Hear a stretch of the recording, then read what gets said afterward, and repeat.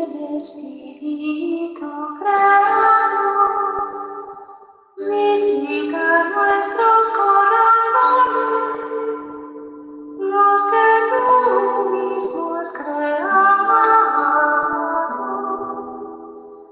Llénanos de gracia y bendición.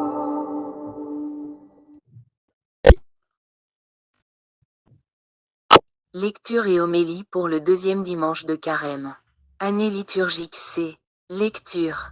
Première lecture. Lecture de la Genèse. Chapitre 15, versets 5 à 12, et versets 17 à 18. L'alliance avec Abraham, fondement de la religion de confiance d'Israël. Le Seigneur conclut une alliance avec Abraham, le croyant. En ces jours-là, le Seigneur parlait à Abraham dans une vision. Il le fit sortir et lui dit, « Regarde le ciel, et compte les étoiles, si tu le peux. » Et il déclara, « Telle sera ta descendance. » Abraham eut foi dans le Seigneur et le Seigneur estima qu'il était juste. Puis il dit, « Je suis le Seigneur, qui t'ai fait sortir d'Our en Chaldée pour te donner ce pays en héritage. » Abraham répondit, « Seigneur mon Dieu, comment vais-je savoir que je l'ai en héritage ?» Le Seigneur lui dit, « Prends-moi une génisse de 3 ans, une chèvre de 3 ans, un bélier de 3 ans, une tourterelle et une jeune colombe. » Abraham prit tous ces animaux, les partagea en deux, et plaça chaque moitié en face de l'autre. Mais il ne partagea pas les oiseaux. Comme les rapaces descendaient sur les cadavres, Abraham les chassa. Au coucher du soleil, un sommeil mystérieux tomba sur Abraham, une sombre et profonde frayeur tomba sur lui. Après le coucher du soleil, il y eut des ténèbres épaisses. Alors un brasier fumant et une torche enflammée passèrent entre les morceaux d'animaux. Ce jour-là, le Seigneur conclut une alliance avec Abraham en ces termes. « À ta descendance je donne le pays que voici, depuis le torrent d'Égypte jusqu'au grand fleuve, l'Euphrate. » La parole de Dieu. Psaume responsorial. Le Seigneur est ma lumière et mon salut. Le Seigneur est ma lumière et mon salut. De qui aurais-je crainte? Le Seigneur est le rempart de ma vie. Devant qui tremblerais-je? Le Seigneur est ma lumière et mon salut. Écoute, Seigneur, je t'appelle. Pitié, réponds-moi. Mon cœur m'a redit ta parole. Cherchez ma face. Le Seigneur est ma lumière et mon salut. C'est ta face, Seigneur, que je cherche, ne me cache pas ta face. N'écarte pas ton serviteur avec colère, tu restes mon secours. Le Seigneur est ma lumière et mon salut. J'en suis sûr, je verrai les bontés du Seigneur sur la terre des vivants. Espère le Seigneur, sois fort et prends courage. Espère le Seigneur. Le Seigneur est ma lumière et mon salut.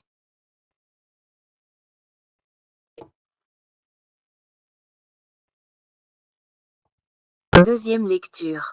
Le Christ transformera nos pauvres corps à l'image de son corps glorieux. Lecture de la lettre de Saint Paul apôtre aux Philippiens. Chapitre 3.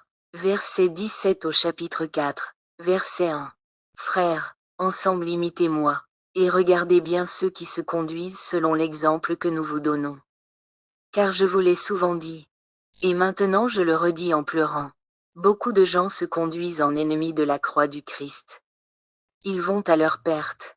Leur Dieu, c'est leur ventre. Et ils mettent leur gloire dans ce qui fait leur honte. Ils ne pensent qu'aux choses de la terre. Mais nous avons notre citoyenneté dans les cieux, d'où nous attendons comme Sauveur le Seigneur Jésus-Christ, lui qui transformera nos pauvres corps à l'image de son corps glorieux.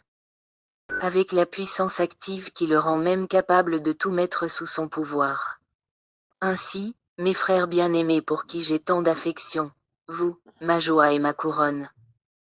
Tenez bon dans le Seigneur, mes bien-aimés. La parole de Dieu, acclamation de l'Évangile, gloire et louange à toi, Seigneur Jésus-Christ. De la nuée lumineuse retentit la voix du Père. Celui-ci est mon Fils bien-aimé, écoutez-le. Gloire et louange à toi, Seigneur Jésus-Christ. L'Évangile de Jésus-Christ selon saint Luc. En ce temps-là, Jésus prit avec lui Pierre, Jean et Jacques. Et il gravit la montagne pour prier. Pendant qu'il priait, l'aspect de son visage devint autre. et son vêtement devint d'une blancheur éblouissante. Voici que deux hommes s'entretenaient avec lui. C'étaient Moïse et Élie, apparus dans la gloire. Ils parlaient de son départ qui allait s'accomplir à Jérusalem. Pierre et ses compagnons étaient accablés de sommeil, mais, restant éveillés, ils virent la gloire de Jésus, et les deux hommes à ses côtés. Ces derniers s'éloignaient de lui, quand Pierre dit à Jésus, « Maître, il est bon que nous soyons ici. Faisons 3 tentes, une pour toi, une pour Moïse, et une pour Élie. » Il ne savait pas ce qu'il disait. Pierre n'avait pas fini de parler, qu'une nuée survint et les couvrit de son ombre. Ils furent saisis de frayeur lorsqu'ils y pénétrèrent. Et, de la nuée, une voix se fit entendre. « Celui-ci est mon fils, celui que j'ai choisi, écoutez-le. » Et pendant que la voix se faisait entendre, il n'y avait plus que Jésus, seul. Les disciples gardèrent le silence et, en ces jours-là, ils ne rapportèrent à personne rien de ce qu'ils avaient vu. Acclamons la parole de Dieu. Homélie du Père Jérémie Abiyarimana.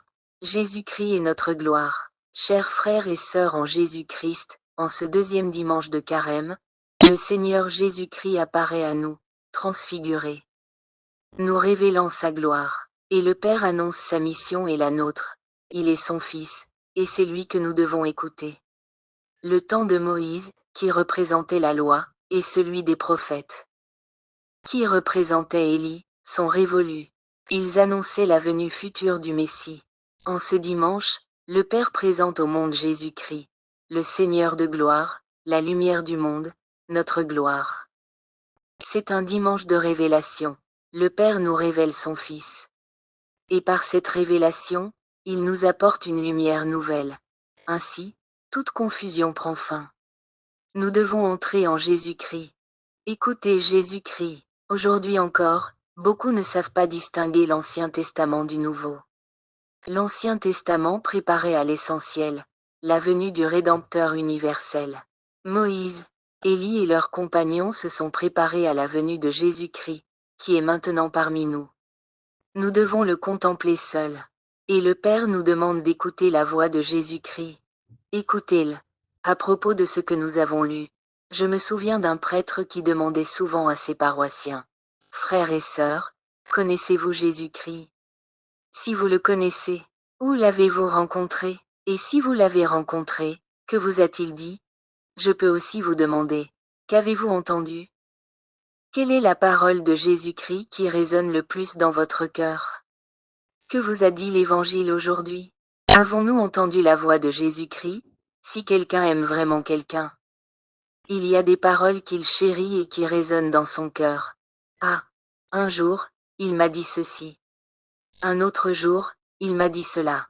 De toutes les paroles que vous avez entendues sur Jésus-Christ, laquelle résonne le plus fréquemment dans votre cœur?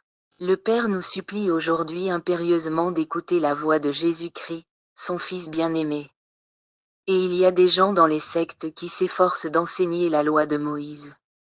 Ce fut aussi une tentation pour l'Église à ses débuts. Mais le Saint-Esprit a renversé cette erreur, révélant Jésus-Christ comme la plénitude de la loi. C'est ainsi que saint Paul la comprenait. Et Jésus-Christ n'était pas seulement la plénitude de la loi. Il était aussi l'accomplissement de tout ce que les prophètes ont enseigné. C'est pourquoi, lorsque nous lisons un passage de l'Ancien Testament, nous devons le comprendre à la lumière de Pâques. À la lumière de Jésus-Christ, mort et ressuscité. Jésus-Christ le dit clairement dans Matthieu chapitre 5, verset 21. Vous avez entendu qu'il a été dit aux anciens, mais moi, je vous dis, nous devons écouter la parole du Christ. C'est à Jésus-Christ que nous écoutons, que nous entendons, à qui nous obéissons. Jésus-Christ, lui, peut transformer nos vies. La loi n'avait aucun pouvoir de nous transformer. Elle ne nous donnait aucune force. Elle nous montrait seulement ce qu'il ne fallait pas faire. Commente saint Paul dans sa lettre aux Romains et aux Galates. Mais Jésus-Christ ne vient pas seulement pour nous montrer le chemin, mais comme le chemin par lequel nous pouvons marcher vers le Père éternel. Il se présente comme la vie, comme la vérité, Jésus-Christ. C'est pourquoi nous devons toujours nous tourner vers lui. Contempler Jésus-Christ, écouter Jésus-Christ, Prêchez Jésus-Christ. Saint Paul, dans une de ses épîtres, nous dit, le Seigneur Jésus-Christ, lui, transformera notre humble corps. Philippiens. Chapitre 3, verset 21. Il transformera. Ce n'est pas vous qui serez transformés, c'est Jésus-Christ qui vous transformera. Alors, ne soyons pas pessimistes et ne pensons pas. Je ne peux pas. J'ai le cœur dur. Ne croyez-vous pas que la force de Jésus-Christ, votre Sauveur, sera plus forte que votre dureté? Remettez votre cœur entre ses mains et vous verrez comment il vous transformera. Jésus-Christ vous transfigurera, il vous changera. Jésus-Christ, n'en doutez pas, car il est le Seigneur de la vie et de la mort. Que les prières de la Vierge Marie et de tous les saints nous aident aujourd'hui à comprendre pleinement le mystère de Jésus-Christ, le seul que nous devons suivre, écouter et proclamer. Lui qui nous transformera, nous glorifiera, faisant de nous les enfants de son Père, nous comblant de son esprit d'amour, de vérité et de sainteté. Viens, Esprit Saint. Gloire à toi. Seigneur Jésus-Christ, cœur immaculé de Marie, protège-nous. Eres nuestro consuelo. Tú eres el don de Dios Altísimo. Fuente de viva fuego caridad. Y unción divina y espiritual. Llénanos con tu Le Seigneur soit avec vous. Que Dieu Tout-Puissant vous bénisse, le Père, le Fils et le Saint-Esprit.